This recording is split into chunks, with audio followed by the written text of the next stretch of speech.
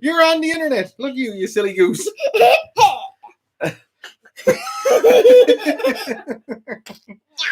Okay. All right, Daddy's going to do his... careful. Daddy's going to do his live video chat there now. Is that cool? Yeah. Yeah. All right. Now I'm going to come out and play with you, and then we'll hang out then afterwards. How's that? Oh, good. You get hiccups? Good. Good poopy idea. It's a poopy idea. Well, it's not a poopy idea. Come on. All right. Say hello to everybody. Hey, everybody. Daddy's going to do his video chat. Is that cool? Yeah. Yeah? And we're going to talk about building muscle and losing fat and getting in shape and all that stuff. Yeah, no, you don't want to be fat like we're going. You don't want to be fat. No, that's right. You don't want to be fat. So they want to be lean and muscular. Show them your muscles. That's what we want, don't we? Oh, look at those muscles. You're in shape, buddy. Look. What did I tell you? You're enjoying this. What the peanut shop? Come on, you silly goose.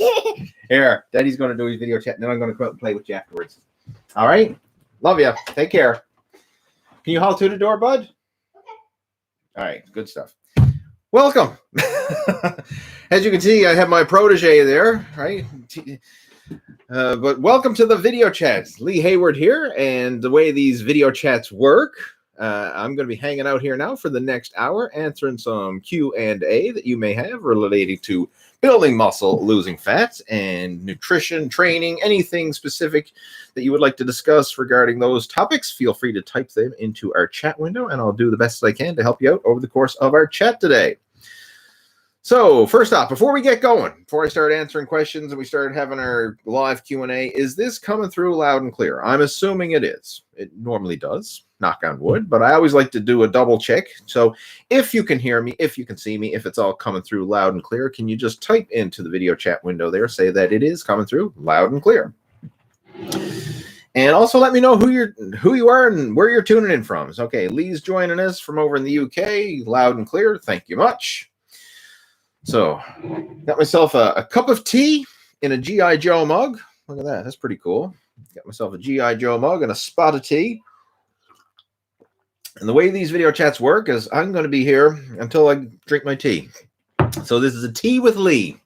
I actually used to name the chats Tea with Lee because very often I would do them while enjoying a cup of tea, which I'm doing today. So, enjoy a tea with Lee on Friday, December 10th. Counting down the Christmas days. If you have a child at home, you're probably doing that. We've got the Advent calendar where we're counting down the Christmas days and how many sleeps until Santa comes. And it gets more exciting day by day, as you can tell. Actually got the Christmas tree up today and got the decorated and all that good stuff. So we're well on our way to Christmas, and there's snow on the ground outside, so it's starting to look like Christmas. It's beginning to look a lot like Christmas. I'm not going to quit my day job. Don't worry. All right, guys, let's jump right into it now with regards to some Q&A. We've got YT joining in. We've got Lee joining in. We've got Russell joining in. Nice to see you, Russell. We've got Robert joining in. Good stuff. So, again, for those of you who are tuning in live, the way this chat works, anything that you want to talk about related to fitness and nutrition, type your questions into the chat window there, and I'll do the best I can to help you out. All right, question 1. This one's coming in from Russell. It says, I'm really struggling with nutrition at the moment, especially when so busy and Christmas is upon us. So much temptation, in need of comfort food. How do you cope? Great question.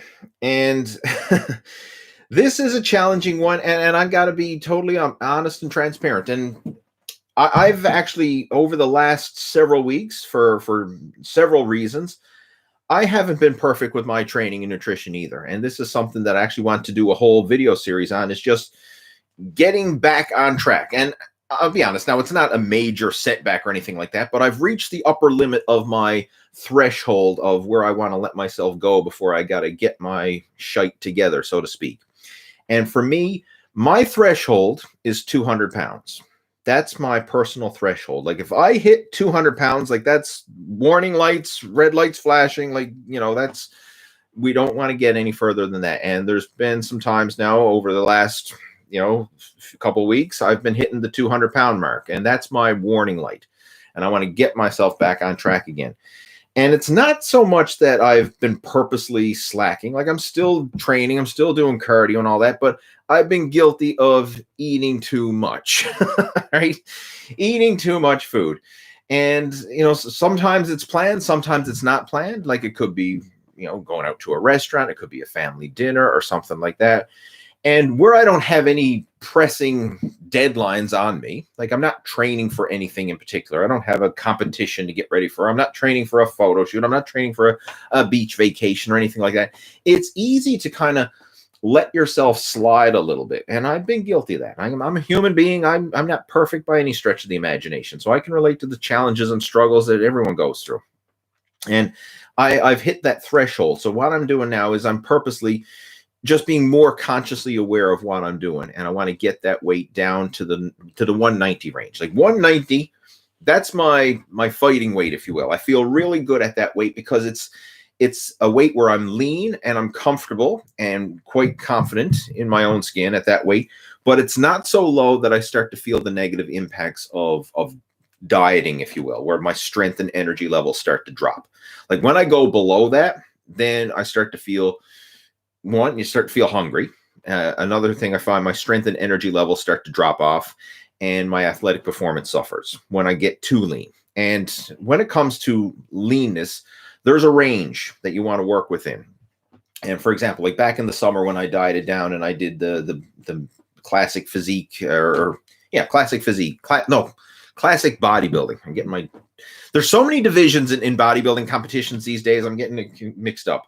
Because back when I used to compete, in the late 90s and early 2000s and stuff, it was just bodybuilding. There was one division, bodybuilding. That was it. Now we have bodybuilding. We have classic bodybuilding. We have physique, fitness model, and all these other categories. So I competed in classic physique. Was it classic physique or classic bodybuilding? I can't remember what they called it.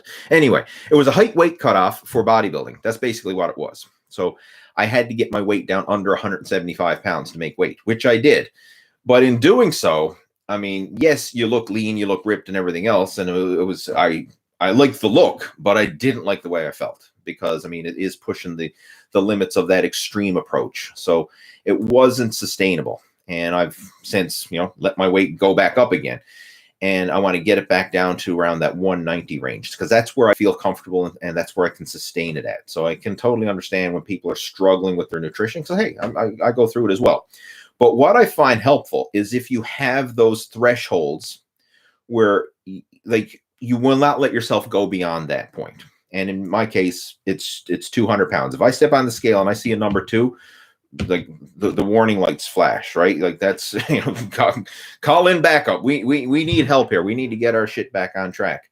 So that's what I'm doing right now. I'm getting my SHIT back on track. And you kind of need to have those checks and balances with yourself, just like you would in any situation. Like we all have limits to what we will let, like maybe in business or something, or maybe in your personal finances or something. Like once things get to a certain point, man, you got to do something, right? You just can't keep letting it slide downhill from there. And you need to have those checks and balances when it comes to your nutrition as well. One thing that I would definitely recommend, like this time of year, it's going to be challenging, right? You got to anticipate the challenges. And I actually made a video up on my main YouTube channel talking about this, how to survive the holidays without getting fat. And the big one is when you do indulge in a get-together, a social event, a get-together, you're going out for family dinners or Christmas parties or whatever, like enjoy in moderation. Like I don't want you to be that guy on a diet who says, oh, I can't go to the Christmas party this year because I'm on a diet, blah, blah, blah. And you're drawing all this attention to it and trying to be the oddball. Like don't be that guy. Like go enjoy yourself, but do so in moderation. And when it comes to the meals, like still eat whatever food is available for you, but try and make the better choices of what is available. And chances are when you go to like a family dinner, for example, there's probably going to be some not so good food, but there's probably going to be some good stuff there as well. Like you think of a typical Thanksgiving Day dinner or typical Christmas Day dinner. There's probably going to be some lean protein. There's probably going to be some veggies, and there's also going to be some not so good stuff in there as well, right? the fancied up foods, if you will, right? The mashed potatoes and the gravies and the puddings and whatever else, the high calorie fattening foods. But there's probably also going to be some really good healthy options there as well. You know, the veggies, you know, the turkey, the ham or whatever. So you can still fill up on protein and veggies even in these type of situations. And that's what I would encourage you to do when you're out to a family dinner or something like that. Focus on filling up on the protein and veggies first, the good stuff, and then afterwards have some of the not so good foods that you're probably craving in moderation. And always that's my non-negotiable. I always do that. Whenever I go to a restaurant, my appetizer, I usually always make sure to fill up on vegetables first. For me, it's usually a large garden salad. Sometimes I'll also fill up on soup, like especially if you can get a nice like bean and lentil soup or some high volume, nutrient dense soup that's not loaded with creams and cheeses and oil and stuff like that. Then we obviously try and make the best choice of what you have available. But soups and salads are great high volume filler foods, right? So you can fill up on those, get your eating satiation covered, pre-fill your belly. And then when you start to eating the more calorie dense foods afterwards, there's naturally less room, so you will do less damage. When it comes to alcohol consumption, you know, try and drink within moderation if you do drink. Me personally, I don't drink, so that's an easy one. But I used to when I was younger, you know, back in my early days and nightclub days and all that kind of stuff. I used to drink, but I had a strategy that I used to follow whenever I would drink. I would have a alcoholic drink, then I would follow it up with some sort of non-alcoholic drink, maybe just like a diet soda. And then I'd follow it up with a bottle of water. And then I'd go through that order. So over the course of the evening, let's just say I had 6 drinks over the course of the evening. Only 2 of them actually contained alcohol, right? For example, I might have a beer, then I'd have a diet soda, then I'd have a bottle of water. Then I'd go back and have another beer, have a diet soda, and then a bottle of water. That was my 6 drinks over the course of the evening, but 2 of them were alcoholic drinks and the other ones were non-alcoholic drinks. Now, if I go out anywhere, my strategy, I still follow that same strategy, but I'll have a non-alcoholic beer and then probably have a diet soda or something like that, and then a bottle of water. So, I mean, I'm literally having my 6 drinks, but I'm having 0 alcohol consumption. But when you do that, and you always got a glass in your hand, right? You know, you always got the cup, the glass, then people are not pressuring you into drinking. Because this is one of the things I always used to find. Like, I personally didn't crave it, but I was always in the peer pressure. People like, hey, come on, have a drink, celebrate, blah, blah, blah. But as long as you always got a glass in your hand, people tend to leave you alone. So that was my strategy. I always wanted to have a glass in my hand so people weren't bothering me and trying to buy me drinks or whatever. So that was my strategy. And that's what I still use today if I go out, which, you know, quite honestly, it's not that often anymore, especially since the whole COVID situation and everything else. And family life. I mean, I'm pretty boring. I'm kind of a hermit now at this stage of the game. There's not a whole lot of social interaction happening these days, but that was my strategy, and that would be my strategy if I were to venture off into the forbidden nightclub scene again. That would be my strategy that helps deal with that. The other thing that I would recommend highly as well is when you do get off track, meaning you do eat too much, you do drink too much, you do go out and you indulge, get back on track for your very next meal, or at least the very next day. Like, do not prolong the whole process of starting again. This is where most of the damage is done, is people may follow a strict eating plan for a few weeks or however long they're on it, and they may do really well. Like, oh, I've been sticking to my workout. I've been sticking to my eating plan. You know, everything's going great. And then they do go out to dinner, or they do go out to a function, or they have a birthday party or a Christmas party or whatever. And they're like, oh, I was doing so good and I blew it. And then they beat themselves up emotionally. They make a big deal because they got off track. And then it's like, oh, well, screw it. I'll start again on Monday. So, like, here it is, right? It's Friday night. Let's just assume tonight is the night you go out and you cheat. And then you say, oh, screw it. I'll start again on Monday. So now you're going to cheat all day on Saturday. You're going to definitely cheat all day on Sunday because you want to get all those cravings out of your system before you start again on Monday. And this actually causes you to do more damage because it's what turned out to be one cheat meal or one blip on the radar, if you will, one bump in the road, now turns into a whole weekend of cheating. And you do so much damage where it could have been just once one occurrence and then get back on track for your very next meal, or at least the very next day. And that's the secret to minimizing the damage. As soon as you get off track, don't make a big deal of it. Forgive, correct, continue, and start again. I mean, that's my mantra. Forgive, correct, continue, start again. And just, that's the default. That's your default setting. Don't make a big deal of it. Don't beat yourself up over it. Don't worry about it or get stressed out or like, oh shit, I'm not perfect. Like, who cares? Nobody's perfect. Forgive, correct, continue, start again. And just make that a habit. To give you another analogy of this, like if you've ever tried to meditate, like meditation, you try and sit and you clear your mind and everything else and just relax and just empty the mind, like empty the cup. But whenever you try to do that, thoughts are going to pop into your mind. Distractions are going to happen. Like things are always going to distract you. And the secret to meditation is not how do you avoid all that stuff from happening. It's just accept it and start again.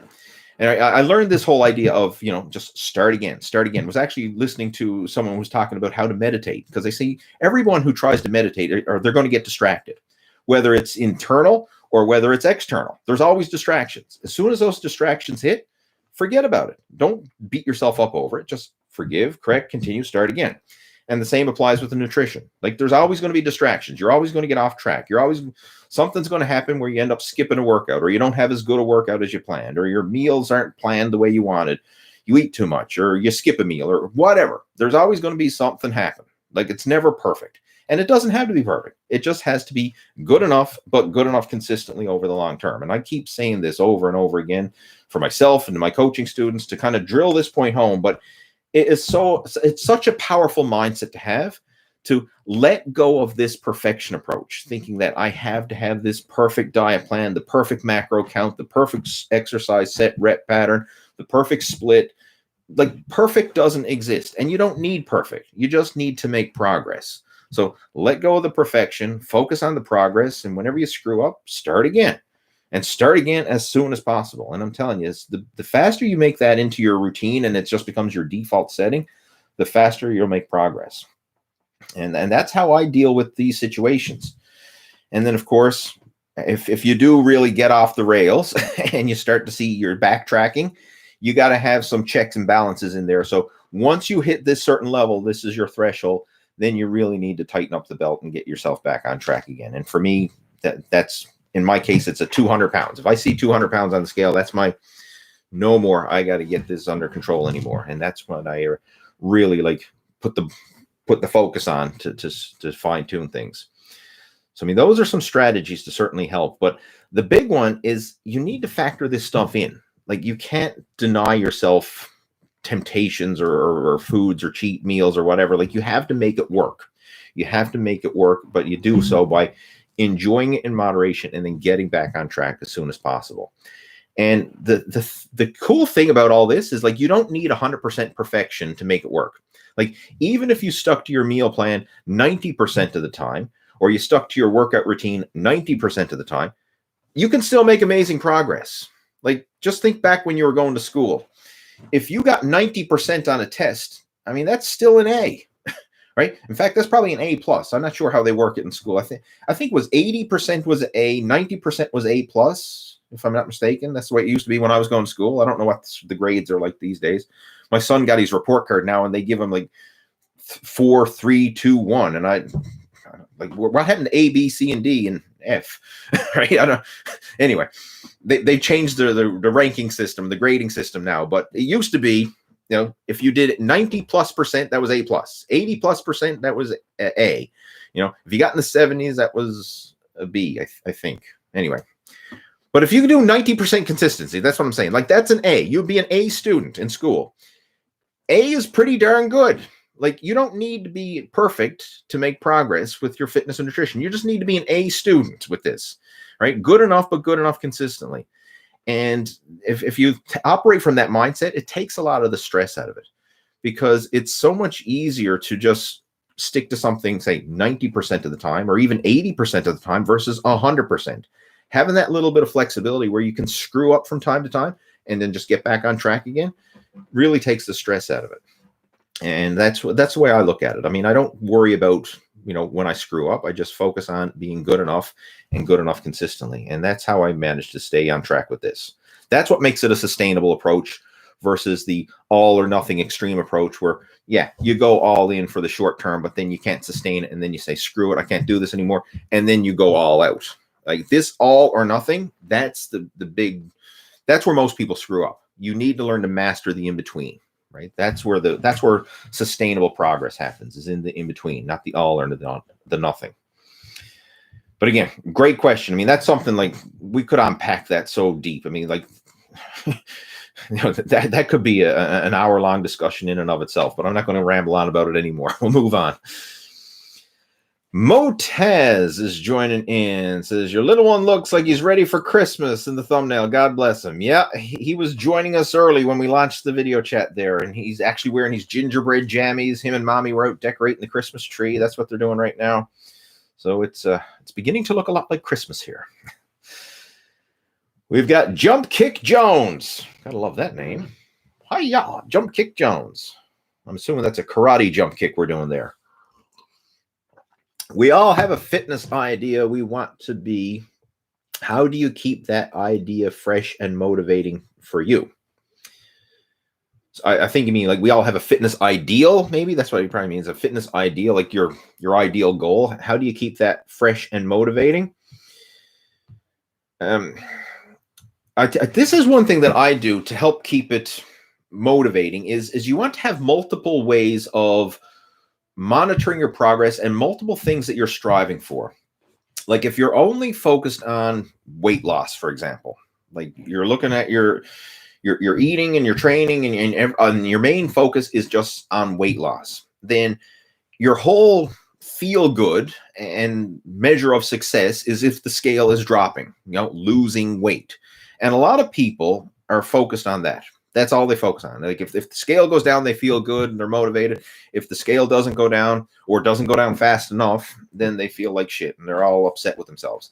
But I find having multiple measures of progress very helpful. So it's good to have some athletic performance goals that you're striving for, some body composition goals that you're striving for, and other measures, like even multiple forms of athletic performance. I mean, it might be like strength in the gym, like your ability to lift a certain amount of weight for X number of repetitions. It might be to be able to do certain exercises. Like maybe you have a goal of wanting to do 10 pull-ups, or maybe you have a goal of wanting to do a pull-up, depending on your fitness level, or maybe a push-up, right? We all have our own varying degrees of fitness goals, but having some physical ones, like, certain number of push-ups, certain number of pull-ups, maybe to be able to run a mile in a certain period of time, or some other sort of physical performance goal, like those are powerful to have the physical performance goals as well as the body composition goals, maybe to hit a certain body fat percentage or to hit a certain body weight or something like that. And by having multiple areas that you track, then it helps to keep you motivated, because maybe the weight on the scale didn't go down this week, but maybe your strength in the gym did. Maybe you didn't increase your bench press by 5 pounds, but you were able to get another pull-up. Right? Like having multiple measures helps to keep you excited about your progress. And the more progress you see, the more motivated you'll be. And this is what we want. We want to be making progress, because when you're making progress, your motivation is high.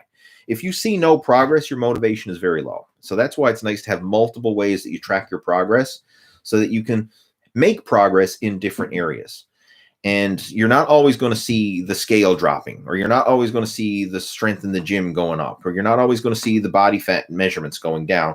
But if you have all these things that you're tracking and recording, chances are, as long as you're consistent and you're good enough, but good enough consistently, you'll probably be making progress in some of these areas on a pretty consistent basis, enough to keep the motivation high. So that's a good strategy for everybody, not just to have one thing that you're primarily focused on, like losing weight or just the athletic performance thing or whatever. Like it's good to have multiple goals that you're striving for. That way it helps to keep your motivation high, because chances are you'll be able to see some form of progress when you look at the bigger picture. And in my case, like right now, I mean, not only am I focusing on trimming down some body fat and getting my weight down to 190 pounds, which is where I want to be, I'm also primarily focused on improving my stamina and my conditioning for cycling. That's one of the things I've been focusing on a lot lately. And a personal goal that I'm working on is I want to get a 300 FTP. And anybody who doesn't know cycling doesn't know what the hell I'm talking about, but FTP is your functional threshold power. And I want to get my FTP up over 300.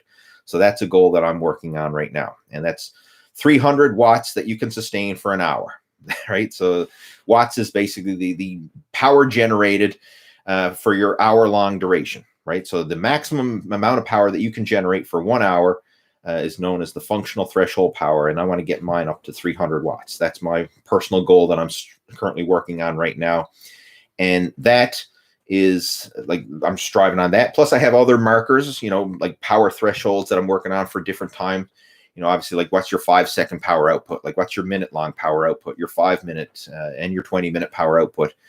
I want to focus on improving those as well, and I also want to focus on improving my body composition. So I have all these different things, and so at the end of the week, like maybe I didn't drop weight on the scale, but I improved, my 1-minute power output on the bike.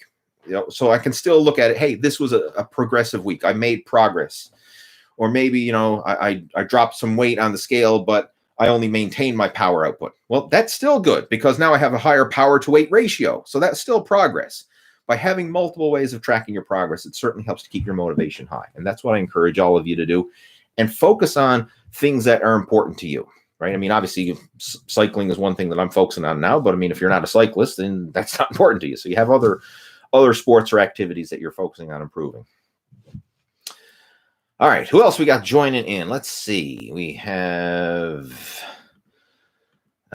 who else? We have Jose's joining in from New York. Says, finishing my workout. I have a question. Does the water on the tea/coffee and a protein shake count towards your daily water intake? Yes, it's still water intake, but you have to look at when you're drinking water in the form of coffee or tea, especially coffee, there's higher levels of caffeine, and caffeine does have a diuretic property to it. So that's why when you drink coffee, it tends to make you want to go pee, right? Because caffeine acts as a mild diuretic. So yes, you are still consuming the water, right? It still is fluid into your system, but you have that caffeine there, which has a diuretic action to it. So, I mean, you're probably going to be peeing it out more so than if you just drank pure water. The way I go about it, like I don't personally measure my water intake. Like I'm not weighing out the number of ounces or the number of glasses or whatever. I drink to satisfy my thirst, and I always make sure that I keep water on hand. Like right now, I've got tea with Lee, right? Also got a water bottle kicking around here as well. So, I mean, I keep water with me. When I go to the gym, I carry a water bottle with me. When I go for a bike ride, I always got water bottles on my bike. When I go anywhere in my car, I actually keep a case of water in my car. So there's always water there. Like I always have water. So I drink to satisfy my thirst. And my cue to know if I'm hydrated or not, obviously, besides just the thirst cues, is when I go to the bathroom and take a leak. When I do my pee, I want to make sure that my pee is either light yellow or clear. That's where I'm shooting for. If the pee starts to get dark yellow, that's a sign I'm dehydrated and I need to drink more water. And I'll purposely then increase my water intake until my pee is in that light yellow clear range. That's where you want to be. That's the happy medium. Light yellow or clear. If it's dark yellow or if it smells, stinks, if you got dark yellow pee, that's not a good sign. That's a sign of dehydration. So you want to make sure that your pee is light yellow or clear, and that's, you're in the good zone there. So that's how I would judge if you're drinking enough water. One, based on your thirst, like try not to let yourself get thirsty. Try and stay ahead of the thirst curve, because by the time you're parched and you're like, oh man, I'm super thirsty, I got to drink, you're already dehydrated by the time you get to that point. So try and stay ahead of the curve and constantly be sipping water throughout the day. Like, have water with your meals, have water while you're working out, keep a water bottle while you're at work. And when you're in your car, keep water bottle with you. So you're always staying ahead of the curve, and you never let yourself get to the point where you're super thirsty. And then again, double check by monitoring your pee, your color of your pee. As long as it's in the light yellow clear range, you're good to go. Who else we got joining in? We have Leslie joining in. We've got Neil joining in. Neil saying, Lee, My rescued 10-month-old puppy died this week because of an illness, and I feel devastated. I feel sorry for you, my friend. As a dog lover myself, I know what it's like. I had one of my dogs died a couple years ago. Actually, no, it's more than a couple years ago. My goodness, when was it now? 2016 it was. Whoa, I didn't think how long ago it was, but that's when my last doggy death happened in the family, and it devastated me as well. I mean, losing a pet it's just like losing a family member. In some cases, it's actually more emotional than losing a family member because you spend a lot of time with your pets. So, like, not to discredit family members here now, but like, you know, if a distant relative passes away, like, it really doesn't have a huge impact on your day-to-day life. But if your pet passes away, you know, the pet that you live with on a day-to-day basis and you take for walks, that impacts your day-to-day life. Like, you really miss it. So I feel for you, man. Sorry to hear that. Anyway, keep back to the question here. He says, I became sluggish and lazy with working out and at work. How do you deal with this or any other emotions? Man, that's a rough one. I mean, I wish I had the hey, do this, fix your problem solution, and I really don't. In my case, we got another dog, right? That solved the problem. I mean, it's not the same, but you know, you build a new relationship with a new dog and you carry on. So I mean, that's what we did in our case. So, and I find like that helped to fill the void. In other cases, if you're not ready to get another dog, then I think it's just time. It really is. But I wouldn't use that as an excuse not to work out. If anything, the working out could be a great source of stress relief, because when you exercise, you're elevating your natural endorphins and then all those feel-good chemicals and hormones that get released when your body is exercising and moving. So, I mean, even if you don't feel like it, sometimes just do it anyway. Like, I don't feel like going to the gym, or I don't feel like going for a walk or something like that. Do it anyway. Like, if you can kind of just virtually kick yourself in the arse and say, like, you know what, even though I don't feel like doing it now, I'm going to feel better after it's done. And think of this actually brings up an interesting topic that I want to unpack here. When it comes to exercise, nutrition, and other healthy habits, they very often don't feel good initially, but they feel really good after you've done them. So, like going to the gym, I'm lazy, I'm tired, I had a hard day at work, I don't feel like going to the gym. But if you go, you'll feel so much better afterwards. One, because it's good for you, it's healthy. I mean, you know that regular exercise is going to help with your physical health and fitness and help you to build muscle, lose fat, and just look and feel your best. So that's the long term. But even in the short term, like, you'll elevate those endorphins and all the feel-good hormones. And when your body is moving and you work up a sweat, I mean, it just feels good. It feels alive, right? Like, even if you don't feel like doing it now, like when you're there and you're actually in the gym and you're getting a good pump on and you know you're feeling swollen, you see yourself in the mirror, it feels good. So it doesn't feel good initially, but it feels good afterwards. Whereas bad habits are the opposite. They feel good right now, but they don't feel good afterwards. Think of going out for a night of drinking, right? Like, you go out and you get shit-faced drunk. It might feel good now, right? While you're drunk and you're laughing and carrying on with your mates and everything else, and you're feeling the buzz. That may feel good now, but how are you going to feel tomorrow morning? You're going to feel like a sack of shit, and the day is going to be ruined, right? You're going to have a hangover. You're going to be sluggish. You're going to be, I feel like crap. So good habits, they don't feel good now, but they feel amazing afterwards. Bad habits, they feel good now and they feel terrible afterwards. So, like, how do you want to feel in the future? Like, how do you want to feel after it's done? Do you want to feel good, or do you want to feel like shit? So that's the way when I'm in these motivational slumps and I'm almost like, I don't want to go, I always think of, like, how do I want to feel afterwards?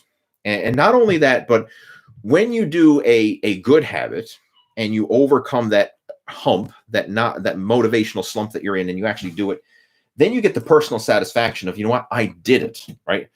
I overcame my mental BS and then that block, and I did it. And now you have the satisfaction of feeling that you accomplished something, right? You did something good, and you have that satisfaction of accomplishing something, along with all the feel-good hormones and the positive benefits that the good habit brings. Whereas when you do the negative habit, right, you give in to the temptation, right? You eat that junk food, you be lazy, you get, you drink alcohol, you do drugs, you do whatever, you do the short-term feel-good thing. But then afterwards, now you've got the regret because, oh, I gave in to the temptations again, right? I had another relapse, that causes you to beat yourself up emotionally. So, I mean, you have the emotional beat up of feeling like, oh, I gave in to the temptations again, and all the emotional crap that goes along with that. Plus, then you have the physical side of it, because whatever it is that you just did, whether it's, you went out and got drunk and now you have a hangover the next day, or maybe you ate a bunch of food and now you're feeling fat and sluggish, and of course you're gaining weight. Like, it doesn't feel good long term. So you have to think of, like, where do you want to feel in the future? And that, to me, is my motivating drive to make more good choices than bad, and to be good enough consistently.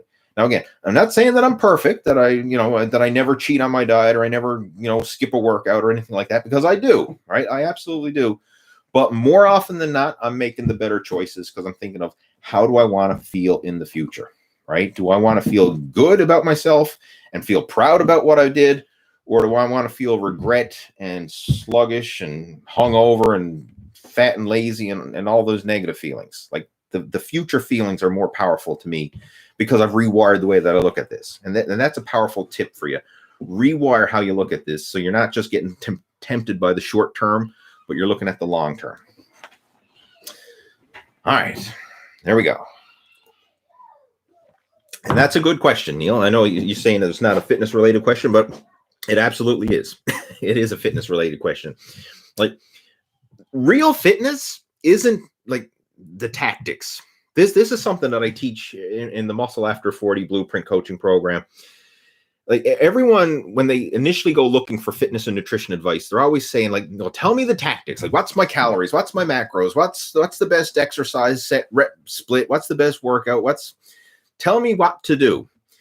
But the problem is, knowing what to do doesn't mean diddly squat. It really doesn't. It's, how do you take knowing what to do and actually make it a sustainable and enjoyable part of your lifestyle, something that you will do consistently. Like, everybody out there knows they should eat right, knows they should exercise and all this, but why so few people do it? It's not the tactics. Like, the tactics are out there, and they've been out there for decades. Like, it's like, if you're not in shape and you're not happy with how your body looks and feels, it's not because of lack of tactics. Like, there's been tactics out there to get in shape long before you were born. Like, ever since the invention of the internet, we've had all the tactics in the world available at the click of a mouse. But before the invention of the internet, we still had all the tactics available. It was just in books and magazines and VHS tapes and everything else, or heck, old school personal trainers and coaches. Like, the tactics have been around. Like, ever since fitness and nutrition became mainstream, like back in the pumping iron days, right? When Arnold and Lou were on stage flexing it out and Muscle Beach and all that, and fitness started to become mainstream, and now there's gyms in every city in the world. The tactics have been around since then. They've been mainstream since then.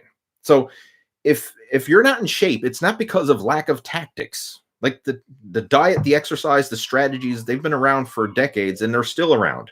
It's, how do you take those tactics and actually apply it and make it part of your lifestyle, make it part of you and your identity? That's where it becomes challenging. And to kind of make this point make sense, I'm going to use the analogy of a smoker. Think of a smoker who's trying to quit. Like, the tactics to quitting smoking it's the easiest thing in the world. Like, how do you quit smoking? You simply stop putting cigarettes in your mouth. That's it. Like, you don't even physically have to do anything. You just have to stop putting cigarettes in your mouth. If you don't put a cigarette in your mouth, you're a non-smoker. It's simple, easy. Why is it that so many people have trouble quitting smoking? It's not that they don't know what to do. It's like, I don't know. I'm not supposed to put this cigarette in my mouth. Oh, what do I do? What do I do? No, you don't put the frickin' cigarette in your mouth. That's it. Right? It doesn't get any more simple than that. It's the easiest thing in the world. Yet, why is it so many people struggle with it? Is because of all the other stuff. It's like the emotional baggage that goes along with it, their self-identity, who they see themselves as, and all the past crap that's like, it's become who they are. They see themselves as a smoker, and that's why they continue to smoke.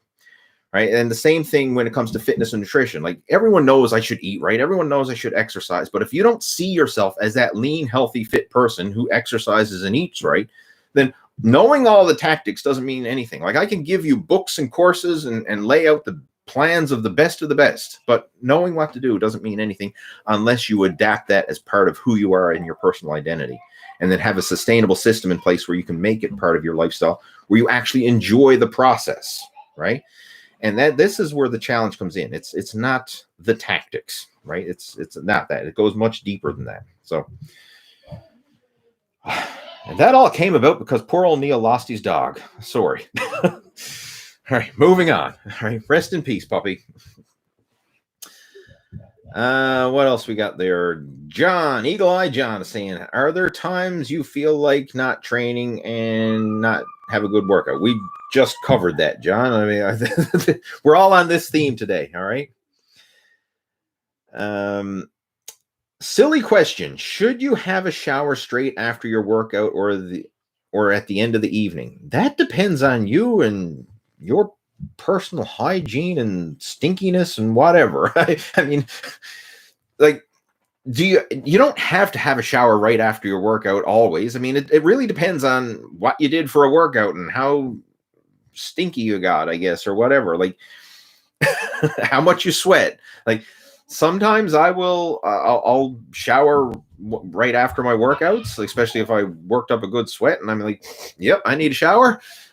Sometimes I'll wait till later in the day, especially if I got more work that I'm doing, especially if it's physical related work. Like I did a workout and I also want to do some yard work and chores around the house or something like that. I might say, you know what, I'll get all my work done and then I'll shower afterwards. Like that's personal preference. It's not going to affect your gains either way, but you know, don't let yourself get stinky. Right? Use the nose test. If you can smell yourself, get a shower. That's the cue right there. All right, moving on. What's this?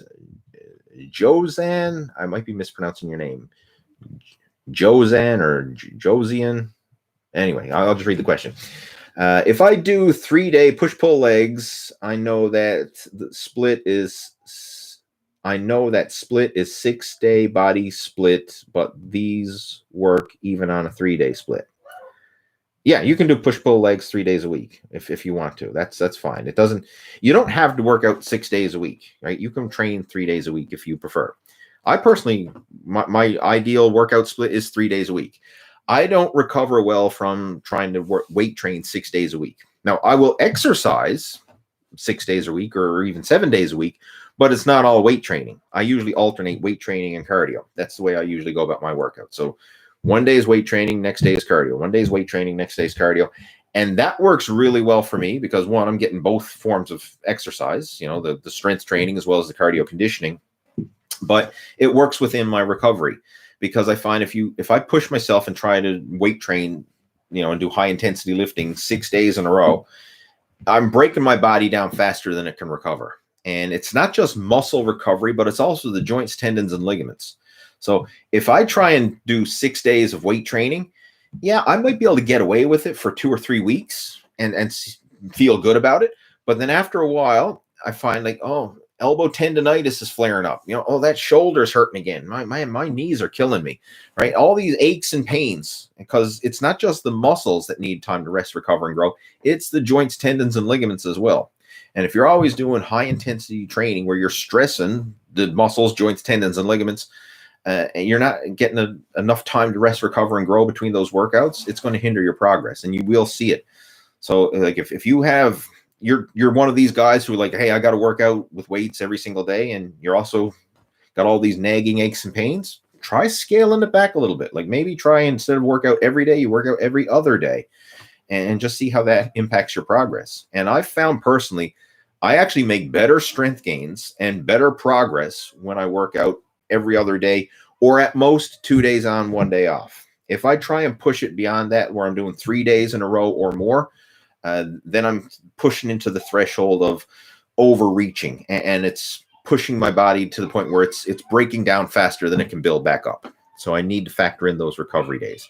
And the big kicker with all this, your body doesn't grow when you're in the gym lifting. It grows when you are resting, right? The gym is tearing down and breaking it down. The rest and recovery happens when you're actually outside the gym, when you're home and you're resting and you're fueling your body and you're sleeping. Like that's where the rest and recovery happens. The rest, recovery, and growth happens outside the gym. It's the stimulation happens in the gym. That's where you tear it down. It's when you rest and recover is when you build it back up. So you need both, right? You just can't keep tearing it down without allowing time to rest, let it rest and rebuild. Lee, you missed my comment twice. Are you able to see this comment? Yes, I am. I missed your comment. Well, let's scroll back. You said cute kid and loud and clear, but that's all I have from you, YT. If you have a question, my question is being deleted. Are you doing that? No, I'm not deleting any questions.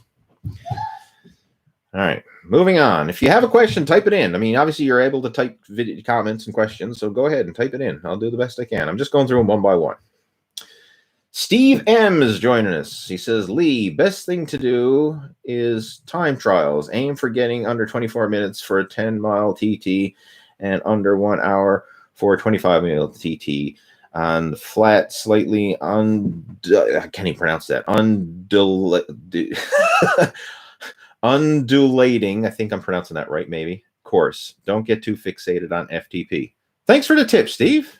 If we're not friends on Facebook, friend me up and we'll chat cycling strategies. Much appreciated. If doing an FTP test, if doing FTP test, always test over an hour effort, not a 20-minute effort. A 1 hour test will give you a true result. I totally hear you on that. There's so many variables when it comes to the quote unquote FTP tests, especially if you're doing these ramp tests and stuff like that. Like even if you did a 20-minute test, and then you like the results you get from that versus the results you get from the ramp test, like they can be way off. Like I've hit over 300 FTP on the ramp test, but there's no hell way I'm doing it 300 FTP for an hour, right? Like, so I totally get where you're coming from there. Yeah, thanks for sharing that. Much appreciated. Neil saying thanks much. Enjoy your weekend. Keep safe. All right, and same to you, my friend. And hopefully you do well. I mean, I know that's a rough time when you lose a pet in the family. So again, I feel for you. I know what you're going through. All right, next question we have here is from AT. It says time for recovery. Time for recovery versus what so-called recovery supplements? I know nothing about such supplements. Can you explain, please, Lee? I gotta have a sip of tea for that one. And I got to read that again. Time for recovery versus what so-called recovery supplements? I know nothing about such supplements. Can you explain? Recovery supplements. When it comes to this, all right, let me try and unpack this the best I can. Like this is where it helps if you're actually having a conversation with someone, because I could ask you to clarify, like, what the frick are you asking? Recovery happens when you rest and recover. So, okay, you go to the gym, you train, you break down your muscle tissue. So, I mean, you're placing stress and demands on the body. It's tearing it down. Then you have to let yourself rest and recover and grow after the workouts. Now, as far as supplements, like, don't get too hung up on so-called recovery supplements. Focus on optimal nutrition. Like that's what's going to allow your body to rest and recover. Now, as far as supplementation, there are some things that you can do to help the process along. Like one, while you're training, having amino acids while you're training, like that's an advanced strategy that will help to aid with one, help you feel stronger and perform better in the gym. And it also helps speed up the whole recovery process as well, because amino acids are very rapidly absorbed. So when you're in the gym and you're breaking down your muscle tissue, if you consume amino acids while you're working out, they can be utilized very quickly.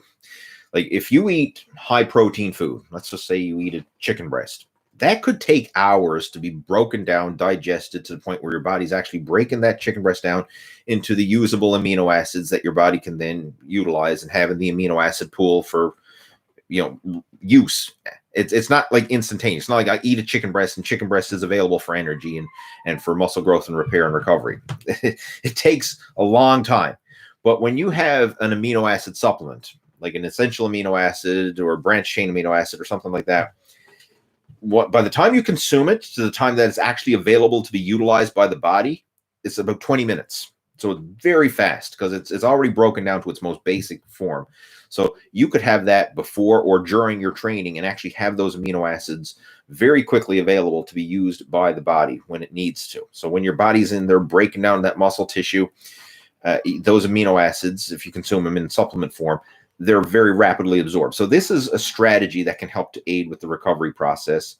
And it also helps to give you more strength and energy in the gym because the amino acids are actually glycogen sparing. So instead of your body breaking down its own muscle tissue to get the amino acids it needs, it can utilize the amino acid supplements that you take. So they're anti-catabolic in that sense, which helps with the recovery and growth process.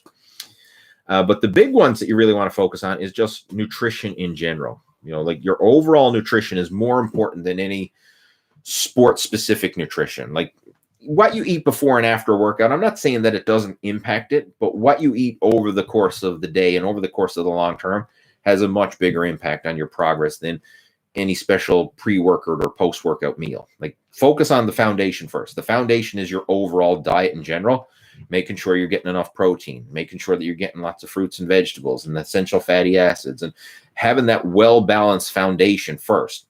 And then you can manipulate the actual pre and post workout and intra-workout nutrition based on what type of workout you're doing. Like if you're just doing a weight training workout, you're not really expending a lot of calories. And if it's only like an hour or less, then you're not going to deplete your glycogen stores or anything like that. I mean, an amino acid supplement can certainly help, but like you don't need to carb up for an hour workout. I actually had this conversation with one of my coaching students today.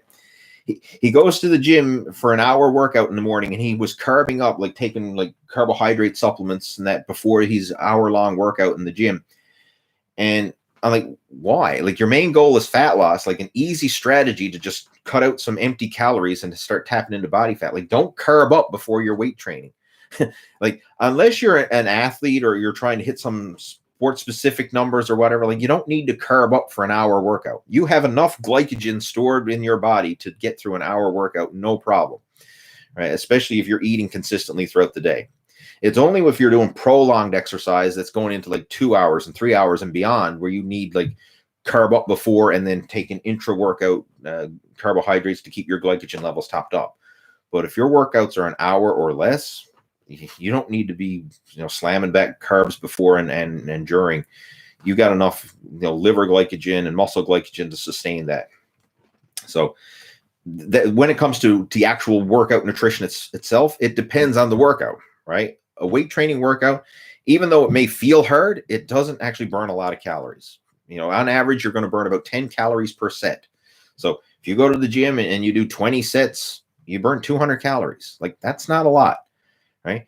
I mean, you go for an hour-long bike ride, you're burning, upwards of 600 or more, depending on how big you are and how intense you ride. So, like an hour of weight training versus an hour of cardio, you're going to burn way more calories doing an hour of cardio because it's nonstop, it's continuous motion, whereas weight training is stop, go, stop, go. So even though it feels hard and, you're pushing yourself and lifting heavy, it's not as demanding in terms of a calorie expenditure. So you don't really need to go, crazy when it comes to like pre-workout energy and all that kind of stuff. But again, the biggest thing when it comes to recovery nutrition is the overall nutrition. Like what are you eating for all your regular meals? Like what are you eating day to day? That's the big thing. Look at the bigger picture first before you get hung up into the supplements. And that applies for anybody. Like foundation is nutrition first. Like lay that first. Then worry about like supplements is like the icing on the cake. Like don't go worrying about the type of icing unless you got a cake, right? Like if you were to bake a cake, right, and you're like you're just worried about the icing, but you don't even have a cake to put it on. Like that's what a lot of people are doing now when they go out. Hey, I'm not on any diet plan, but what supplement should I take? Like start with a foundation of a solid nutrition plan first. Like fix that before you go worrying about patching it up with a supplement.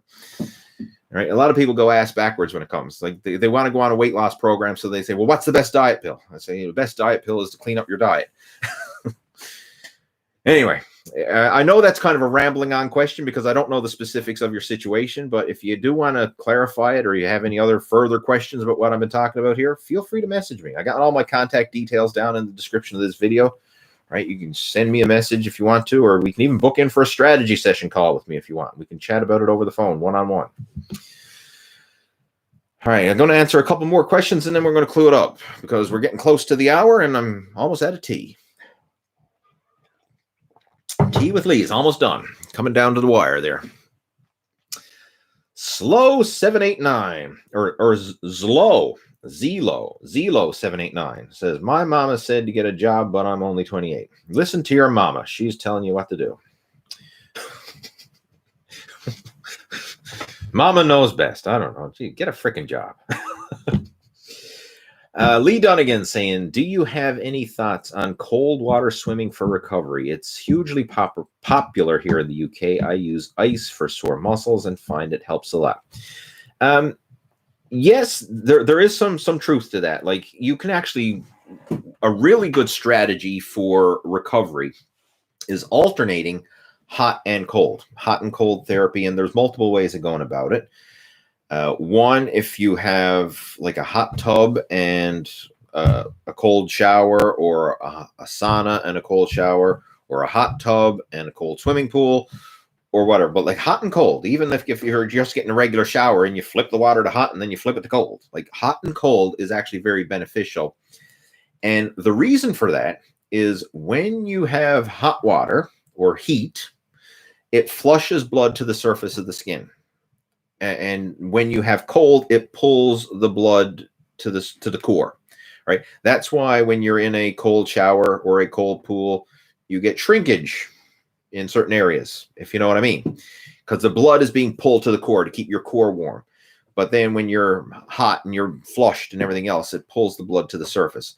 So alternating hot and cold, you're actually flushing and circulating blood throughout your body, throughout your muscles and tissues and everything else, without you physically having to do anything. So it's a great way to really circulate and get rid of a lot of toxins and to just improve the recovery process. So anytime that I'm feeling sore, like after a hard workout or anything like that, hot and cold therapy, a great way to help ease up that soreness and feel better very quickly. I mean, you can feel the difference very rapidly. So, I mean, again, there's multiple ways of going about it depending on what you have available, but the easiest way that pretty much everybody has available is just when you're getting your shower, flip it to as hot as you can comfortably stand. Now, don't burn yourself, but like have it so that it is, you know, this is hot. This is the upper tolerance level of how hot I want to have this shower. Have it there for a minute or so, and then flip it to as cold as you can comfortably stand. I mean, if you're really hardcore, you'd just turn it off and have pure cold water. Now, that takes a bit of building up to get used to, but you could do that. And then just like as cold as you can comfortably stand for a minute, and then as hot as you can comfortably stand for about a minute or two. And you can alternate it. Generally, you go a little longer with the heat than you would with the cold, but the contrast is what you're looking for, right? The contrast of the hot and the cold.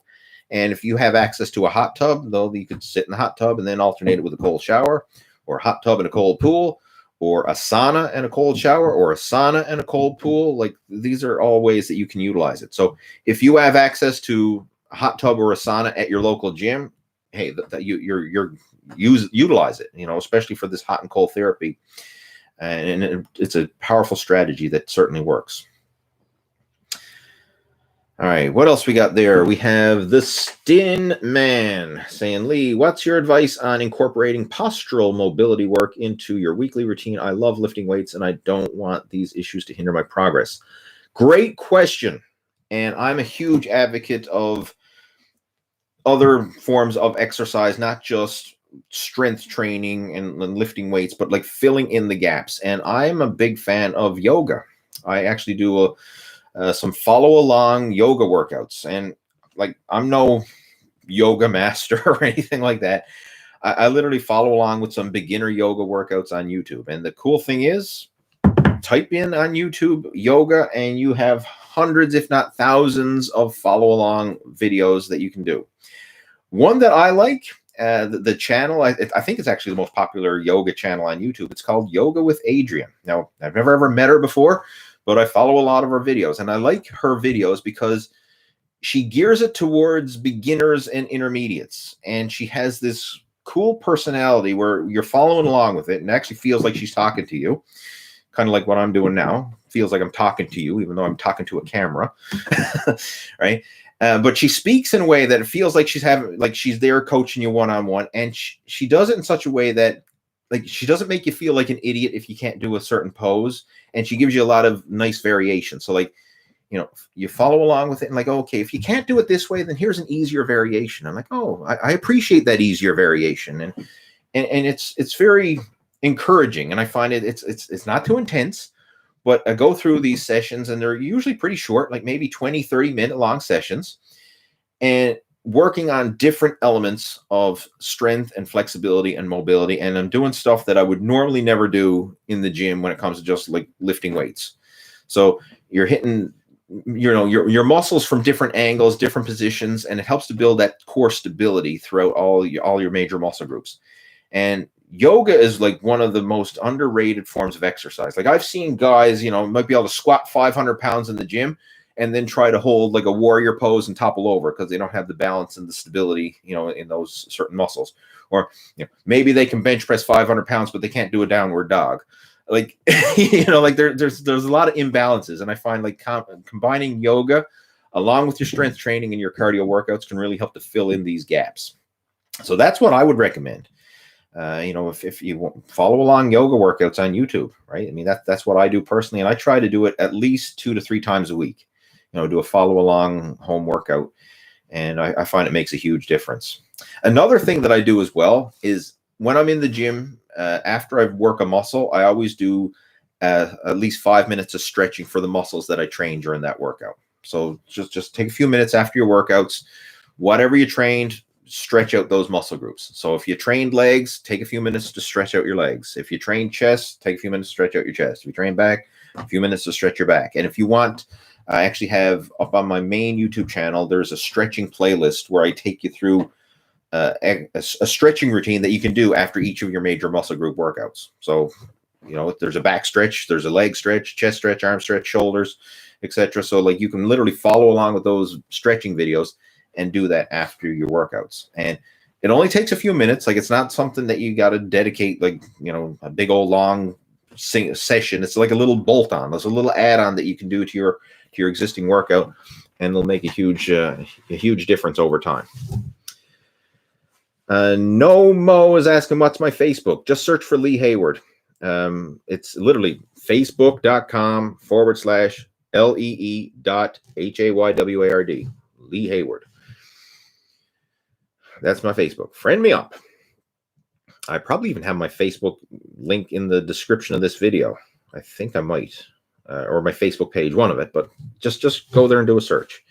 And there's a lot of Lee Haywards on Facebook, but mine, the profile image is of me doing a front double bicep pose. That's what it is. And again, if you want to just type it in directly, again, it's facebook.com/LEE.Hayward, HAYWARD. All right. Okay, I'm going to get ready to clue this up very quickly because, one, I'm over an hour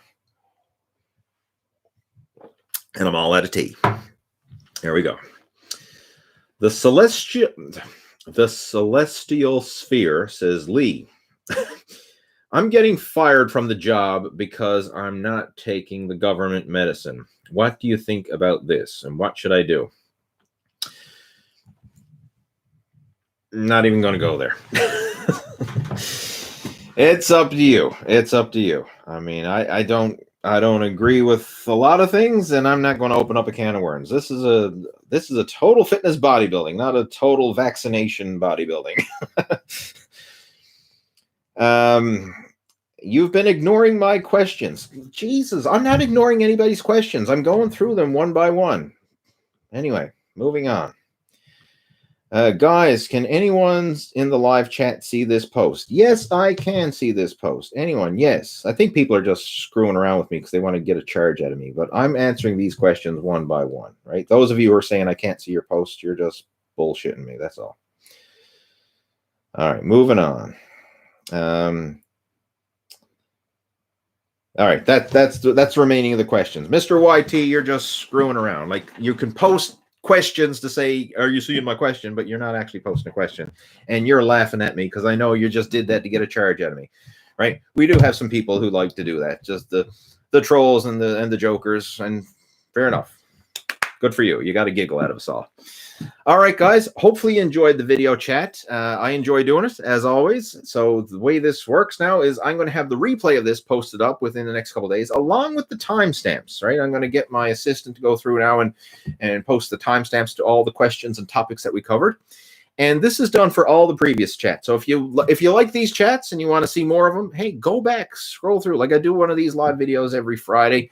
And each one we cover different questions and topics depending on what you want to ask. So if you want to check out any of the past ones, feel free to do so. And again, pop open the video description because there will be a timestamp list of all the questions and topics discussed during the video chat. So if there's certain things you want to listen to and certain things you don't have to listen to the whole thing. You can jump around and pick and choose what you listen to in the previous replays of these video chats. And if you do have any further questions that you would like to elaborate on, like maybe I didn't answer your question or you have other things that you would like to discuss, feel free to reach out to me. You can email me or you can friend request me on Facebook and chat through there. Or you can even book in for a strategy session call if you would like some help with a customized training and nutrition plan, and we can discuss those options as well. So all that information is in the video description below. So pop open the video description, read it over, right? All the information is there if you want to get in further contact with me. And in the meantime, have yourself a great weekend. Enjoy, and I will be talking to you next Friday. Same time, same place. Take care. Over and out. And boom.